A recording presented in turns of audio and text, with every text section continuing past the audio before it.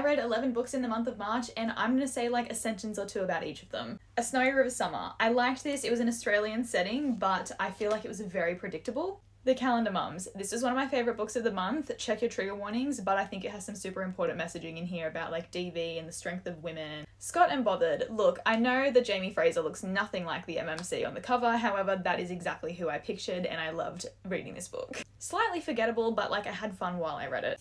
Swept Away. One night stand on a houseboat turns into the boat drifting away to sea. Out of principle, they decide they don't want to do anything with each other moving forward. However, of course, forced proximity, like, what do we expect? I loved this book. Reckless. I actually really enjoyed it. However, nothing happens in it. It was definitely for the girls who wanted the romance, and it delivered the romance. However, literally nothing happened. I did enjoy it though.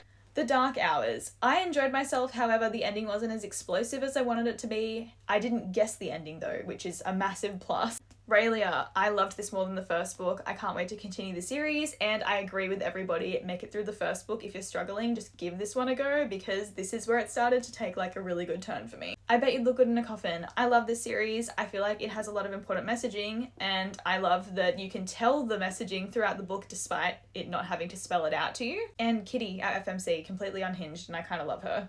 Our Infinite Fates. Are you joking? I stayed up till like midnight on a work night trying to finish this, and that might seem not crazy at all, but I go to bed at like 9. This was like the truest form of yearning. A Flicker in the Dark. I liked it. I guessed the ending very early on, so it kind of took it down for me, but still good, and if you can't guess the ending, you'll love this book. And finally, Ballad of Songbirds and Snakes. Look, it took a lot for me to get through this one. I had to push myself. I ended up watching the movie halfway through to try and keep myself going, and when I finished it, I was just relieved. So, hoping that Sunrise on the Reaping is better. The only reason I read this was because I wanted to read Sunrise on the Reaping, so I really hope.